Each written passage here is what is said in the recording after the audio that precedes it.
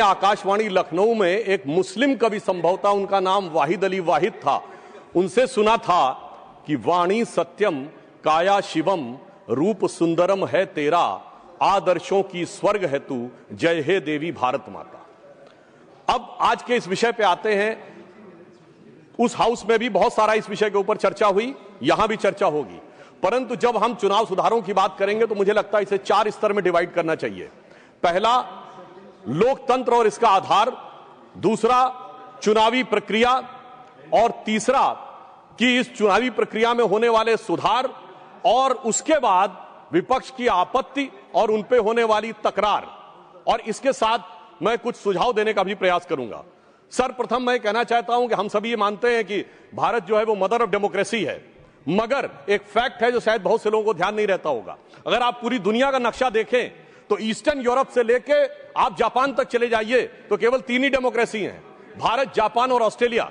और जापान एक constitutional monarchy है, Australia is practically an extension of Europe. तो इस पूरे पूर्वी गोलार्ध में यदि एकमेव absolute, vibrant and consistent democracy है तो वो सिर्फ भारत है। और सिर्फ इतना ही नहीं है सभापति महोदय, आज दुनिया में लोकतंत्र के अंदर सिर्फ 34% जनसंख्या है, जिसमें 17% हम हैं। अर्थात अगर दुनिया में लोकतंत्र है तो उसका सबसे बड़ा स्तंभ आज आधुनिक युग में भी भारत ही है।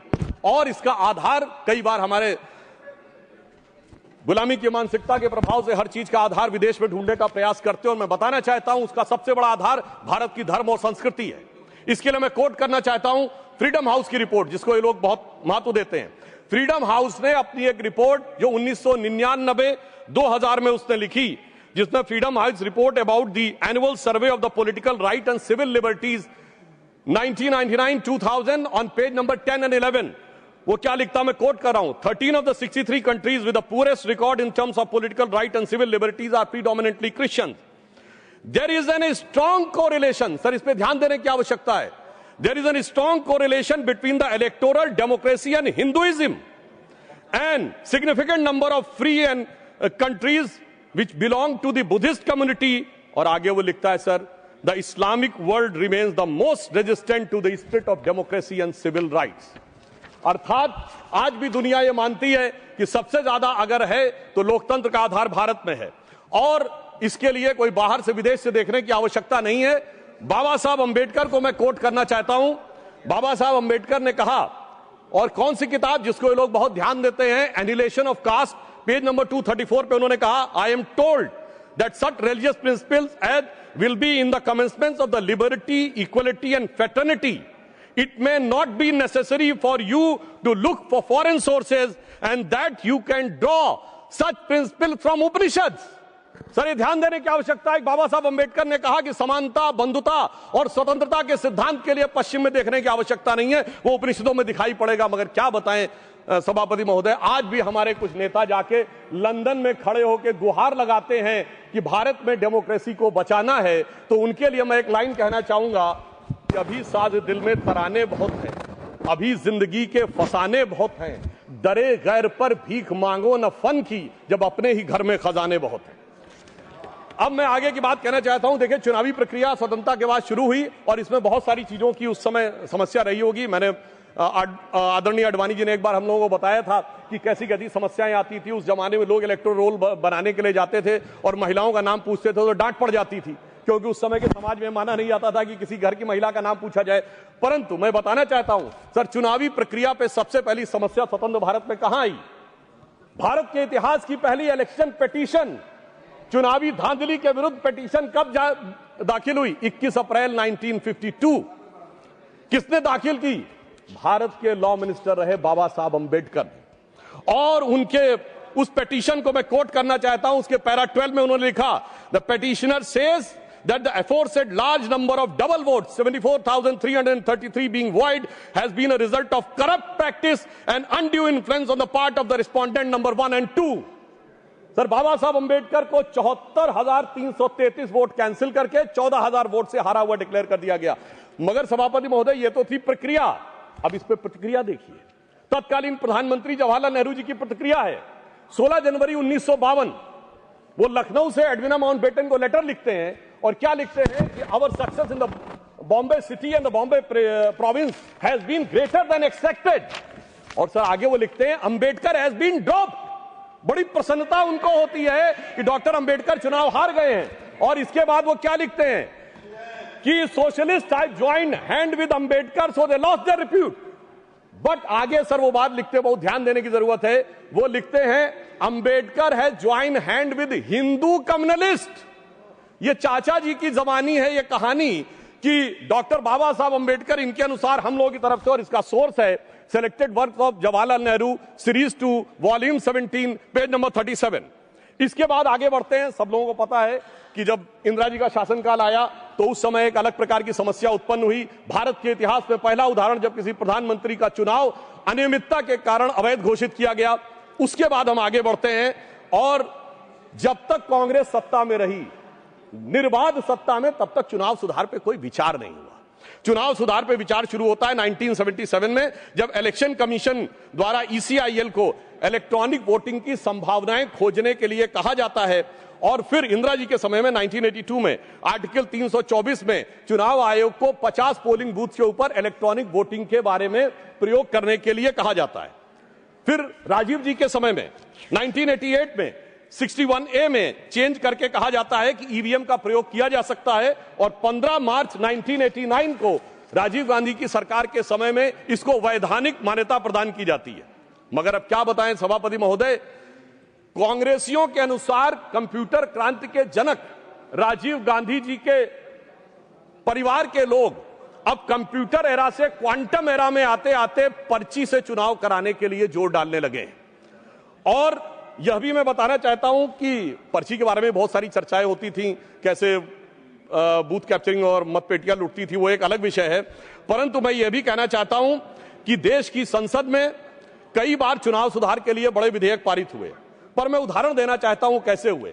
एक बार इंदिरा जी का चुनाव गलत सिद्ध हुआ तो सर रेट्रोस्पेक्टिवली चुनाव को का सुधार कर दिया गया ताकि किसी भी अदालत का उस पर कोई प्रभाव न पड़े। फिर मैं याद दिलाना चाहता हूं सर, राजीव गांधी जी जब प्रधानमंत्री थे 1989 को उनका चुनाव हुआ अमेठी में, सर गोलियां चली, 21 लोगों पे FIR हुई। और उनके विरुद्ध कौन लड़ रहे थे? राजमोहन गांधी, महात्मा गांधी के पौत्र, और डॉक्टर संजय सिंह जो पूर्व केंद्रीय मंत्री थे, उनको इतनी गंभीर गोली लगी कि प्राणों का संकट उत्पन्न हो गया। और आरोप यह था कि प्रधानमंत्री जी के पक्ष में, और यह पुलिस की गोली नहीं थी, क्रॉस फायरिंग हो रही थी, जिसके बारे में उस समय कई अंतर्राष्ट्रीय मीडिया ने 26 नवंबर को लिखा कि भारत के 42 वर्ष के इतिहास में संभवतः यह सबसे हिंसक चुनावों में से एक। अब इसके बाद अब आइए साहब, इसके बाद हम आगे बढ़ते हैं तो वर्तमान UPA सरकार का दौर आता है। और उस समय बहुत से लोगों को यह तथ्य ध्यान नहीं होगा, वैसे तो नेहरू परिवार और बच्चन परिवार के बीच में बहुत मधुर संबंध थे, पर कभी कभी ज्यादा मिठास होने से डायबिटीज हो जाती है। तो वो दौर था 2006 में जया बच्चन जी की सदस्यता चली गई ऑफिस ऑफ प्रॉफिट के मुद्दे पे, क्योंकि उत्तर प्रदेश सरकार का एक पद था। अब सर यही आरोप लग गया और सोनिया गांधी जी जो उस समय नेशनल एडवाइजरी काउंसिल की चेयरमैन थी, उन पर भी ऑफिस ऑफ प्रॉफिट का विषय लग गया और इस कारण से उनकी सदस्यता भी चली गई। मगर सभापति महोदय, जो आज संविधान की दुहाई देने की बात करते हैं, सोनिया जी जब तक चुनाव दोबारा गईं, लड़के आईं, तब तक चुनाव में संशोधन करके ऑफिस ऑफ प्रॉफिट का नियम ही बदल दिया गया ताकि पीएम ने सुपर पीएम की पदवी को सुरक्षित कर दिया। अब मैं यह भी बताना चाहता हूं सर, उसके बाद वास्तविक अर्थों में चुनाव सुधार की शुरुआत तब हुई जब भारतीय जनता पार्टी शक्तिशाली हुई, 1990 का दशक, और ये देश की यूनिपोलर पॉलिटिक्स बाइपोलर हुई। वोटर आईडी कार्ड 1993 में आया, केंद्रीय सुरक्षा बलों की तैनाती 1996 में प्रारंभ हुई। पहले बूथ वाइज काउंटिंग नहीं होती थी सर, उसमें आसानी जानते क्या होती थी कि अगर किसी मतपेटी में ज्यादा बूथ कैप्चरिंग करके मत डाल दिए तो उसमें काउंटिंग का चक्कर ही नहीं है, सब मिला दिए जाते थे। वो शुरू हुई। अटल जी की सरकार के समय में CCTV का प्रयोग शुरू हुआ, पहले प्रायोगिक तौर के ऊपर, और 2005 से CCTV की परमानेंट CCTV यूज होने लगा। अब इसे महज संयोगी माने कि 2005 के बाद से कभी राजद और कांग्रेस को बिहार में बहुमत का अधिकार नहीं मिला। जब मोदी जी की सरकार आई तो हमने क्या किया कि जो पॉलिटिकल पार्टीज को कैश डोनेशन मिलता था उसे 20,000 से घटाकर 2,000 किया और सिलेक्टेड उनके ऊपर वीवीपैट की व्यवस्था सुनिश्चित कराई। और मैं ये भी याद दिलाना चाहता हूं, एक पार्टी जो अपने आप को बहुत ईमानदार कहते थे, वो 20,000 की चाय पिलाते थे। अब मुझे लगता है सदन और देश को समझना चाहिए 20,000 की चाय क्यों पिलाते थे, क्योंकि 20,000 तक कैश लेने पर आपको सोर्स नहीं देना पड़ता था, पर मोदी जी ने आकर उन्हें चाय पिलाने वाले ने आकर उसे 2,000 कर दिया है, तो अब उनकी चाय बड़ी महंगी हो गई है, भले ही 20,000 से 2,000 पे आ गए। और इसलिए वो दौर था जिस जमाने में इलेक्टोरल बॉन्ड नहीं थे। आज इलेक्ट्रॉन बॉन्ड के लिए कहे जो भी कहें, आज न्यायालय ने चाहा तो पता तो लग गया। क्या 2014 से पहले जहाज नहीं उड़ते थे, खर्चे नहीं होते थे? आज न्यायालय चाहे भी तो उसको पता नहीं लगा सकता। कम से कम यह पारदर्शी व्यवस्था हमारी सरकार ने आके की। और इन लोगों की सरकार कब रहती थी सभापति महोदय, जिस जमाने में, और मैं ये भी कहना चाहूंगा इनकी सरकार कब रहती थी और हमारी सरकार कब है? सर, जब से वोटर आईडी कार्ड आ गए कांग्रेस की सरकार आना बंद, सीसीटीवी आ गए कांग्रेस की सरकार आना बंद, जब से स्वतंत्र जुडिशरी हो गई कांग्रेस सरकार आना बंद, स्वतंत्र मीडिया आ गई कांग्रेस को स्पष्ट बहुमत मिलना बंद, और तो और सर जब से साक्षरता दर 50% हो गई बहुमत मिलना बंद। इनको कब बहुमत मिलता था? जिस जमाने में मतपेटियां लूटी जाती थी, बूथ कैप्चरिंग होती थी, गोलियां चलती थी, कट्टे बम चलते थे, और अनेक लोग गुजरात के चुनाव, बिहार के चुनावों में 80 लोग तक घायल होते थे। इन्हें लग रहा है शायद वही जमाना वापस आ जाए।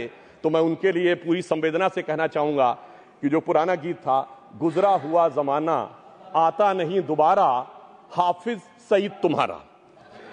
और अब मैं इसके बाद यह विषय कहना चाहूंगा कि जो इसके ऊपर आपत्ति की राजनीति की जाती है, आज मतदाता सूची को लेकर कांग्रेस आपत्ति कर रही है। मैं याद दिलाना चाहता हूं 18 दिसंबर 1950 को डॉक्टर बाबा साहब अंबेडकर ने कहा कि जो इलेक्टोरल रोल्स हैं उनका हर 6 महीने में होना चाहिए रिवीजन, पर उनका कहना था व्यवहारिक दृष्टि से मुश्किल है तो 1 साल या 2 साल में कर दिया जाए। मगर सभापति महोदय ये 20 साल में भी करने को तैयार नहीं है, और उसके बाद ये आरोप लगा रहे हैं। तो मैं इनसे पूछना चाहता हूं, अभी हमारे सम्मानित सदस्य कह रहे थे कि 45 दिन के बाद वो नहीं करते, उसका जवाब गृह मंत्री जी वहां पर दे चुके हैं। उन्होंने साफ साफ कहा 1991 में जो चेंजेस किए थे नरसिम्हा राव सरकार में, उसमें कोई भी एविडेंस, कोई भी पिटीशन 45 दिन तक ही हो सकती है। परंतु मैं पूछना चाहता हूं महोदय, बिहार के तो 45 दिन हुए, आज 45वां दिन है, क्यों नहीं अभी तक सीसीटीवी के लिए एप्लीकेशन दी है? अभी मैं कहना चाहूंगा जाइए फोन करिए, शाम 5 बजे से पहले सीसीटीवी के लिए लगा दीजिए। नहीं करना है। मैं पूछना चाहता हूं, आप कहते हैं 6 बजे के बाद इतनी वोटिंग हुई, बूथ के अंदर फोटोग्राफी पे रोक है, सड़क पे तो नहीं। दिखाइए कितनी लंबी लाइनें थी, कितनी लंबी आपने सोशल मीडिया पे पोस्ट किया, कितने आपके बूथ लेवल एजेंटों ने इस बारे में आपत्ति दर्ज की।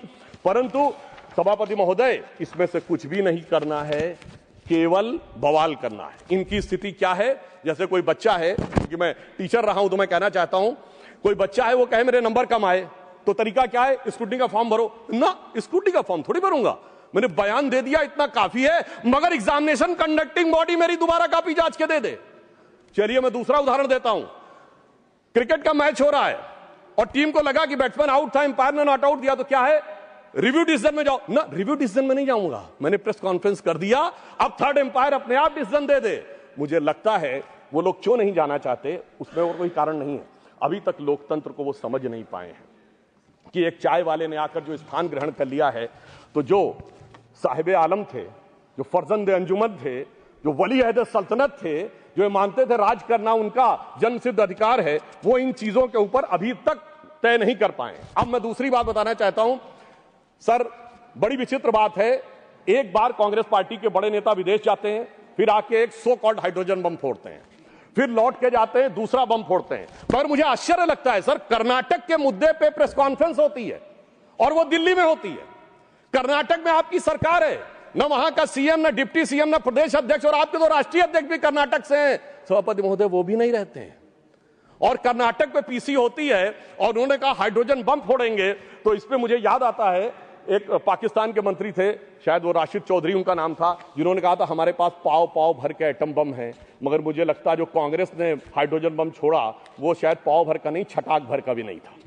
और वैसे मैं ये भी बता देना चाहता हूं, आप जब सरकार में थे तब भी बम नहीं छोड़ पाए थे। 1974 का परमाणु विस्फोट बम के लिए नहीं हुआ था, सरकार का ऑफिशियल बयान था कि ये केवल शांतिपूर्ण कार्यों के लिए हुआ है। ऑन द कॉन्ट्रेरी 11 और 13 मई 1998 को अटल जी की सरकार ने जब किया तो भारत ने कहा था we are the nuclear state. तो हाइड्रोजन बम सरकार में भी हम ही ने बनाया था, और आप न विपक्ष में कर पा रहे हैं न सत्ता पक्ष में रह के कर पा रहे थे। अब मैं दूसरी बात कहना चाहता हूं, जो वोट चोरी की बात बहुत होती है, तो मैं याद दिलाना चाहता हूं, बिहार का चुनाव संपन्न हुआ है, कोई कहे चोरी हो गई तो उसके पास कुछ होना चाहिए सामान जिसकी चोरी हो गई।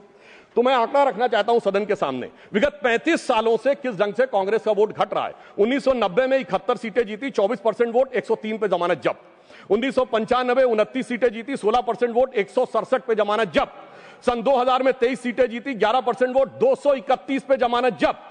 2005 में पूरी सीटें लड़े नहीं, कुल लड़े 58, जिसमें जीते 9, 6% वोट। और 2010 में सर 4 सीटें जीते, 6% वोट पाया, 216 पे जमानत जब्त। भाई साहब मैं पूछना चाहता हूं, आपके पास था क्या जो चोरी हो गया? इसीलिए मुझे एक चीज याद आती है, जो हमारे ग्रामीण क्षेत्रों में एक कहावत है कि जब वो चोरी की गुहार लगाते हैं तो फटक चंद गिरधारी, ना लुटिया ना थारी, और चौराहे पे चीख रहे हैं चोरी हो गई हमारी। अब मैं ये भी बताना चाहता हूं सर, एक बात और इससे अच्छी हो गई, जब इन्होंने मतदाता सूची पर आरोप लगाना शुरू किया है, इसका अर्थ यह हो गया सर ईवीएम के आरोप से विड्रॉ कर लिया है। क्योंकि ये तो कहते थे ईवीएम में गड़बड़ है, बटन दबाते हैं वोट भाजपा को पहुंच जाता है। यदि इनका आरोप सही माना जाए, मैं एक बात कह रहा हूं, यदि इनका आरोप सही माना जाए, अगर ईवीएम मैनेज थी तो किसी को वोटर रोल मैनेज करने की जरूरत क्या है? या तो वो सच था या ये सच है। हकीकत न वो सच था न ये सच है। इनके दिमागों में जैसे आज ईवीएम से पीछे हटे हैं, हकीकत में क्या है इनकी स्थिति सभापति महोदय ये है, ये कहावत होती है नाच न जाने आंगन टेढ़ा, मगर सर इन पे लागू नहीं होती है।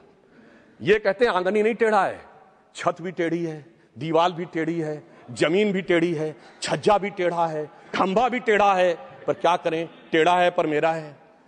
सभापति महोदय वास्तविकता में इन्हें अपना दिमाग जो टेढ़ा हो गया है उसे सीधा करने की आवश्यकता है। और अंदर लाइटर नोट में एक और बात कहना चाहूंगा, प्राचीन काल में अश्वमेध यज्ञ होता था, तो अश्वमेध यज्ञ का घोड़ा छोड़ा जाता था। मैं यहां कैवियट लगा कह दूं, मैं किसी के व्यक्तिगत अपमान के लिए नहीं, उपमान के लिए कह रहा हूं, ठीक, फॉर द सिमिली। सर वो जब छोड़ा जाता था तो जहां जाता था वहां विजय का मार्ग प्रशस्त कर देता था, पर इनके पास एक ऐसा अश्वमेध यज्ञ का घोड़ा है जो जहां जाता है पराजय का मार्ग प्रशस्त कर देता है। और मैं यह भी कहना चाहता हूं, सिर्फ हमारे नहीं, भारतीय जनता पार्टी से नहीं, सर केरल में तो हम नहीं है, सत्ता में कभी नहीं आए। केरल में एक बार लेफ्ट फ्रंट आता था, एक बार यूडीएफ आता था, पर जब से ये वहां पहुंचे हैं ऐसा यज्ञ किया है कि इस बार एलडीएफ दोबारा आ गया। मैं पूछना चाहता हूं केरल में वोट चोरी किसने कर ली मेरे भाई बताओ?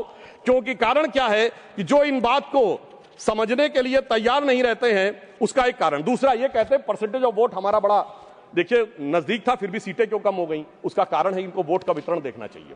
मैं उदाहरण देना चाहता हूं, हरियाणा में सबसे बड़ी जीत किस कॉन्स्टिट्यूएंसी में हुई?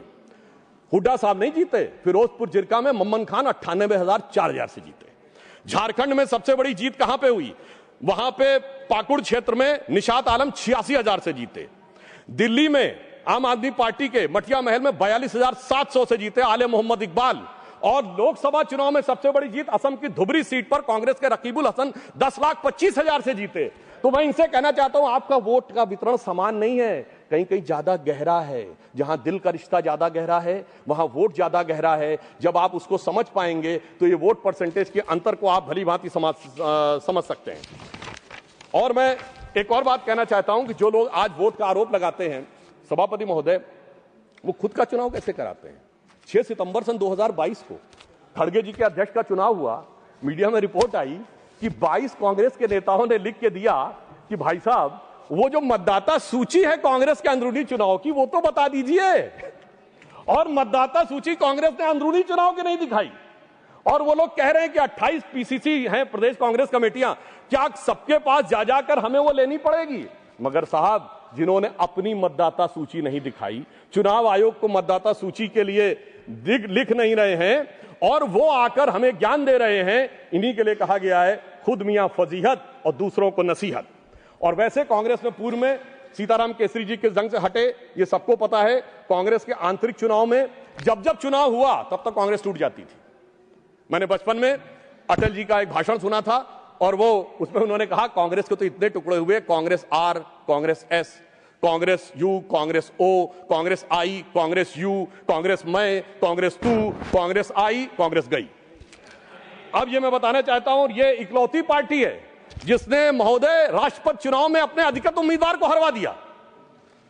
देखिए चुनाव और संविधान के प्रति कितनी इनके अंदर, अच्छा, और उस विषय का उल्लेख दूसरे सदन में कर चुके हैं गृह मंत्री जी कि 1946 में किस ढंग से नेहरू जी चुनाव जीते। मगर महत्वपूर्ण बात यह है, यह विश्व का इकलौता चुनाव होगा जो 26 अप्रैल 1946 को कैबिनेट मिशन प्लान के तहत हुआ था, जिसमें नेहरू जी 0 वोट पाकर बन गए। 1 वोट पट्टाभी रमैया को, 1 वोट कृपलानी जी को, और सारे वोट सरदार पटेल को, 0 वोट नेहरू जी को। और सोर्सेस की बात करेंगे, मौलाना आजाद की किताब इंडिया विंस फ्रीडम, और कृपलानी जी की किताब माई डेज विद गांधी, और India from Curzon to Nehru and thereafter Durgadas की किताब, उसमें जाके एक एक चीज का वर्णन पढ़ लें। मगर महत्वपूर्ण बात क्या है महोदय, महात्मा गांधी चाहते थे कि नेहरू आए, मगर फिर भी प्रदेश कमेटियों ने नहीं भेजा। आज मैं कहना चाहता हूं, सोनिया गांधी जी ने चाहा तो कम से कम प्रदेश कमेटियों ने नेहरू खड़गे जी का नाम तो भेज दिया। मतलब आज सोनिया गांधी जी उस समय की महात्मा गांधी ज्यादा ताकतवर दिख रही हैं और खड़गे जी नेहरू जी से ज्यादा ताकतवर दिख रहे हैं।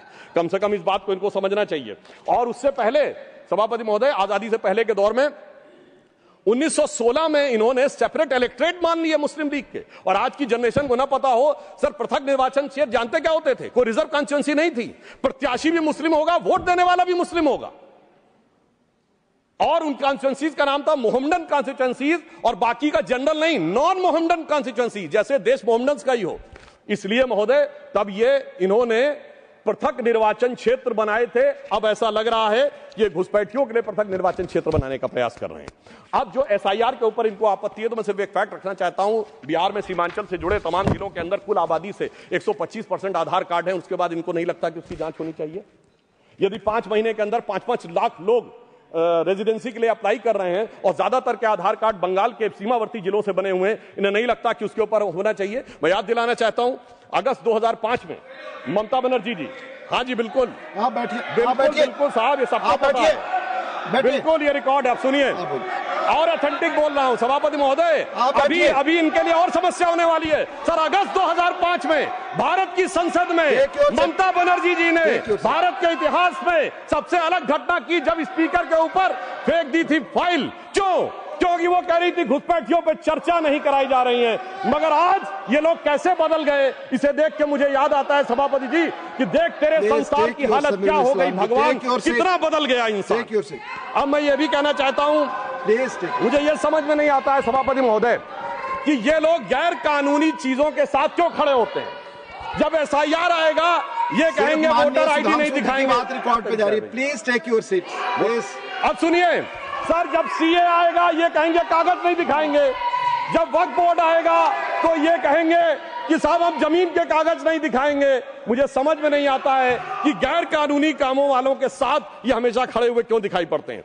अब संवैधानिक संस्थाओं की बात आती है तो मैं याद दिलाना चाहता हूं, इस देश में चुनाव आयुक्तों की बात आती है तो अटल जी की सरकार एक वोट से गिरी थी। तब चुनाव आयुक्त कौन था? मनोहर सिंह गिल। तुरंत चुनाव क्यों नहीं कराया गया? अप्रैल 99 में सरकार गिरी थी, मई में हो जाने चाहिए थे चुनाव। 6 महीना पीछे क्यों ले जाए गए? ताकि एक वोट की सहानुभूति न मिले। और ये इस जनता का आशीर्वाद और भगवान की कृपा कि सितंबर अक्टूबर 99 में हम दोबारा चुन के आए।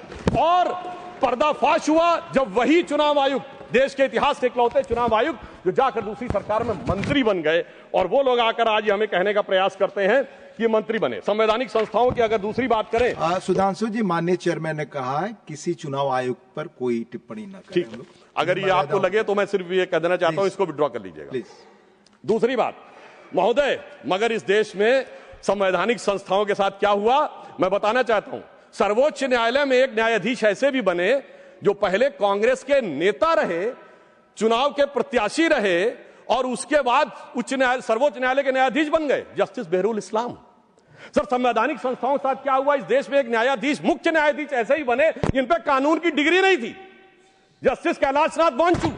मुझे लगता है कि जिस ढंग के संवैधानिक संस्थाओं के साथ हुआ है, और मैं एक और बात कहना चाहता हूं, जो लोग कहते हैं चुनाव आयोग ठीक काम नहीं कर रहा वगैरह वगैरह, तो मैं कहना चाहता हूं जरा उत्तर से दक्षिण तक देखिए। चुनाव आयोग कश्मीर में अच्छा काम करता है, पंजाब में अच्छा काम करता है, हिमाचल में अच्छा काम करता है, सर हरियाणा में गड़बड़ कर देता है, फिर उत्तराखंड में गड़बड़ कर देता है, राजस्थान में सर 2018 में सही काम करता है, 2023 में गड़बड़ कर देता है, फिर यूपी गड़बड़ करता है, बिहार गड़बड़ करता है, झारखंड ठीक कर देता है। क्या बताएं, मध्य प्रदेश में पहले तो अच्छा किया था, इस बार गड़बड़ कर देता है। छत्तीसगढ़ 18 में ठीक किया था, 23 में गड़बड़ कर देता है। गुजरात तो गड़बड़ करता है, बंगाल बहुत अच्छा कर देता है, फिर तेलंगाना अच्छा करता है सर, फिर तमिलनाडु अच्छा करता है, फिर कर्नाटक अच्छा करता है, केरल अच्छा करता है, असम में गड़बड़ कर देता है। मुझे लगता है कि देश की जनता को मूर्ख समझने का प्रयास नहीं करना चाहिए। ऊपर से अपनी सुविधा के अनुसार जो आप चयन करने का प्रयास करते हैं वो नहीं करना चाहिए। और मैं ये भी बताना चाहता हूं कि इन लोगों की जहां तक बात है, संवैधानिक संस्थाओं में किसका अपमान नहीं हुआ। राष्ट्रपति की ताकत इनके दौर में घटाई गई, कमिटेड जुडिशरी की बात इनके दौर में हुई, और तो और सर प्रधानमंत्री के ऊपर सुपर पीएम इनके जमाने में आके बैठा। भारत के इतिहास में इकलौता उदाहरण, जब दर्जा प्राप्त कैबिनेट मंत्री का दर्जा प्रधानमंत्री से राजनीतिक रूप से ऊपर था और विदेश से आने वाले लोग उनसे मिला करते थे, नेशनल एडवाइजरी काउंसिल का चेयरमैन, तो वो लोग आकर जब कैबिनेट का पर्चा फाड़ा गया वो तो एक अलग बात थी। अब मैं बताना चाहता हूं एक विषय और, कि विषय सिर्फ यहां एसआईआर नहीं है, विषय चुनाव आयोग नहीं है। देश की हर व्यवस्था के बारे में दुष्प्रचार करना है। इन्होंने रफाल के बारे में दुष्प्रचार किया। इन्होंने जाकर उस समय कहा, 20 जुलाई 2018 को लोकसभा में आके कहा कि फ्रांस के राष्ट्रपति से बात हुई और उन्होंने रफाल के लेकर आपत्ति दर्ज की। शाम तक फ्रांस की सरकार का खंडन आ गया। 2019 में इसी मुद्दे के ऊपर चौकीदार चोर कहने पे सर्वोच्च न्यायालय से माफी मांगनी पड़ी। अगर उसके बाद आप देखें, इन्होंने सर्जिकल स्ट्राइक पर सेना के बारे में दुष्प्रचार किया, बालाकोट में एयरफोर्स के बारे में दुष्प्रचार किया, और उसके बाद अगर आप देखें तो उन्होंने भारत की अर्थव्यवस्था को लेकर कहा, एचएएल के बारे में दुष्प्रचार किया। सर, एचएएल के पास आज 81,000 करोड़ के ऑर्डर्स हैं। इन्होंने कहा एलआईसी बर्बाद हो गई। सर, एलआईसी ने 31,000 करोड़ का ऑल टाइम हाई प्रॉफिट किया है। इन्होंने SBI, state bank of India के बारे में कहा। Sir, state bank of India ने प्राइवेट सरकार मिला के 77,000 करोड़ रुपए का प्रॉफिट किया है। इन्होंने कहा कोविड के बारे में दुष्प्रचार किया। उसके बाद इन्होंने राम मंदिर के मुहूर्त के बारे में किया। अर्थात मैं ये कहना चाहता हूं, इनका उद्देश्य कोई ना कोई बहाना ढूंढकर सरकार के विरुद्ध बिना बात के प्रचार करते रहना है। इसलिए मैं एक पंक्ति इनके लिए कहना चाहूंगा, वो पैरवी तो झूठ की करता चला गया। झूठ शब्द अगर गलत हो तो उसे असत्य से रिप्लेस कर दीजिएगा। तो वो पैरवी तो असत्य की करता चला गया, बस उसका चेहरा उतरता चला गया। और रंगत समझ में आई, मगर आई देर से, कच्चा था बहुत, रंग उतरता चला गया। अब मैं बताना चाहता हूं सर, बिहार का हाल का संपन्न चुनाव हुआ है। ये लोग वो हैं जो राजनीति का शॉर्टकट करते हैं, जातियों का कॉम्बिनेशन बनाओ। जैसे कभी गुजरात में खाम, KHAM, फिर कभी हरियाणा में अजगर, तो कर्नाटक में अहिंदा, तो कभी यूपी बिहार में MY। तो एक जमाने में लालू प्रसाद यादव जी कहे थे कि बिहार में भूरा बाल साफ कर रहा हूं, 4 जातियों का नाम देख। मगर सर, उनके पिताजी बेटे ने कहा, अरे काहे परेशान हो रहे हैं? बेटे ने तो सर काम ही खत्म कर दिया। उसने भूरा बाल नहीं, पूरा बाल साफ करवा दिया, मुंडन करवा दिया। तो इसलिए मुझे लगता है उसको उसकी आवश्यकता ही नहीं है। और मैं अंत में सभापति महोदय कुछ सुझाव भी देना चाहता हूं। आज इलेक्शन जिस दौर में पहुंच गया है, टेक्नोलॉजी इस दौर में पहुंच गई है, AI का दुरुपयोग होने की संभावना अगले लोकसभा चुनाव तक बहुत हो जाएगी। मुझे लगता है इस बारे में सरकार निश्चित रूप से कोई ना कोई कदम उठाएगी, और जो लोग पब्लिक प्लेटफॉर्म्स पे हैं उनको अपने AI सिग्नेचर्स यानी AI प्रिंट्स के बारे में ऑथेंटिक रूप से स्टैब्लिश करने के बारे में विचार करना चाहिए, क्योंकि अन्यथा ये आने वाले समय में वॉइस रिकॉग्निशन और अन्य चीजों में प्रॉब्लम हो सकती है। दूसरा, मेरा मानना है कि जो सर्टिफाइड जो मान्यता प्राप्त राजनीतिक दलों के प्रत्याशी नहीं हैं, उनके नामांकन के लिए जो संख्या निर्धारित है उससे कुछ बढ़ाना चाहिए प्रस्तावकों की, ताकि गंभीर लोग आ सकें। जो राजनीतिक दल मान्यता प्राप्त करना चाहते हैं उनके भी सपोर्टर्स की एक सब्सटेंटिव संख्या दिखानी चाहिए, ताकि ईमानदारी से जो लोग राजनीति करना चाह रहे हैं वही लोग उसमें आ सकें। दूसरी बात मैं ये भी कहना चाहूंगा सर, जिस प्रकार के शब्दों का प्रयोग होता है राजनीति में उसे अवॉइड करने की कोशिश करनी चाहिए। अब कोई पार्टी कहती है वोट जिहाद, सर ये फर्रुखाबाद में 2024 में सपा की पार्टी के मंच से हुआ था। सर अभी चुनाव में, जुबली के चुनाव में, जुबली हिल्स के चुनाव में, कांग्रेस मतलब मुसलमान, मुसलमान मतलब कांग्रेस, ये क्या है सर? मुझे लगता है इसके बारे में हम लोगों को सोच समझकर विचार करना चाहिए। और इसके अलावा कुछ शब्द ऐसे होते हैं जिनमें किंतु परंतु का स्कोप नहीं रहता है। जैसे उदाहरण के लिए, अगर कोई यह कह रहा है कि मोदी जी की बोटी बोटी काट डालूंगा, और इसी बिहार के चुनाव में मोदी जी की माता जी को गाली दी गई, गालियों का अब शब्दकोश भी अवेलेबल है। कम से कम चुनाव सुधारों में अब इन चीजों से हम सबको दलगत भावना से ऊपर उठकर आना चाहिए, अन्यथा वो अराजकता की तरफ, भाषा की अराजकता से समाज में अराजकता की तरफ जा सकते हैं। और मैं एक और बात कहना चाहता हूं सर, जिस ढंग के चुनावी वादे किए जा रहे हैं, कोई कह रहा हर घर को सरकारी नौकरी दे देंगे, और 2024 में सर कांग्रेस ने कहा 8,500 खटाखट। तो मैं ये बताना चाहता हूं सर, 1 लाख रुपए हर परिवार को देने की बात कहते हैं। भारत की 145 करोड़ की जनसंख्या है सर, 1 मिनट में खत्म कर रहा हूं। उसमें कुल मिला के 31 करोड़ परिवार हैं, यानी 31 लाख करोड़ बांटेंगे और भारत की रेवेन्यू रिसीव 2024 में 27 लाख करोड़ थी। इससे बात समझ में आ जाता है कि वो किस प्रकार से लोगों में भ्रम पैदा करने का प्रयास कर रहे हैं। पर अंत में मैं ये कहना चाहता हूं कि आप जिस प्रकार के लोगों को साथ में लेकर सोच रहे हैं कि आप चुनाव जीत जाएंगे, ये भविष्य में आपके लिए बहुत बड़ी चुनौती बनेगी। एक उदाहरण सर मैं अवश्य देना चाहूंगा। सिलहट का चुनाव हुआ था, भारत के इतिहास में इकलौता चुनाव जिसमें यह तय होना था विभाजन से पहले कि वो भारत में रहेगा कि बांग्लादेश में। वोटिंग होनी थी और उस समय जोगेंद्रनाथ मंडल वहां के नेता थे और उनकी जाति के लोग वहां अधिक थे। उन्होंने मुस्लिम लीग से समझौता कर लिया, वहां चले गए और उसके बाद कोई जाके अक्टूबर 1950 में उनका वो पढ़ ले तो साफ समझ में आ जाता है कि जो कट्टरपंथी राजनीति के साथ रहकर बढ़ने का प्रयास करते हैं उनके साथ क्या होता है। और अंत में सभापति महोदय, मैं सिर्फ ये कहना चाहूंगा कि आप सब लोग इस विषय पे साथ आइए, वर्तमान के चक्कर में भविष्य को मत बिगाड़िए। अटल जी की कविता थी, भरी दोपहरी में अंधियारा, सूरज परछाई से हारा, वर्तमान के मोह पाश में आने वाला कल न भुलाएं, आओ मिलकर दिया जलाएं। और अंत में मैं एक और बात सर कहना चाहता हूं, एक पंक्ति। ये देश बदल रहा है। स्वामी विवेकानंद ने कहा था कि उनके शरीर छोड़ने के 1 शताब्दी बाद ये देश उभरेगा। श्री अरविंदो ने कहा था कि 175 वर्ष का यह संक्रमण काल है जो रामकृष्ण परमहंस के जन्म से प्रारंभ हुआ 1836 से 175 जोड़िए 2012 में भारत अब नया स्वरूप ले रहा है। तो मैं ये कहते हुए अपनी विषय को समाप्त करता हूं सर कि जेन जी के युवाओं जागो, पुनः नया युग आया है, भारत मां की शक्ति जगी है, धर्म ध्वजा लहराया है और भारत मां अंगड़ाई लेती, सुप्त चेतना जाग रही, ऋषि मुनियों की देवधरा फिर अपना रूप निहार रही। धन्यवाद। सुश्री दोला सेन, क्या दोला जी 1 मिनट, क्या राजीव जी क्या जी की स्पीच में एक थोड़ा सा स्पष्टीकरण आपके माध्यम से मैं चाहता हूं। इन्होंने कहा कि जो 74 का परमाणु विस्फोट, हालांकि चर्चा चुनाव पक्ष में थी, लेकिन इन्होंने फिर भी कहा कि 74 का परमाणु विस्फोट कहा गया था कि शांतिपूर्व से किया गया प्रयासों के लिए। धन्यवाद। क्या जो नहीं जो अटल जी के जमा 98 में हुआ था वो क्या कहते, उसमें क्या ही नहीं कहा गया? धन्यवाद। किया गया। और दूसरी चीज ये क्या हाइड्रोजन बम है हमारे पास? आप कंफर्म कर दीजिए दोनों चीजें। आप सत्तारूढ़ दल के और रक्षा मंत्री के करीबी हैं, इसलिए दोनों बातें बता दीजिए।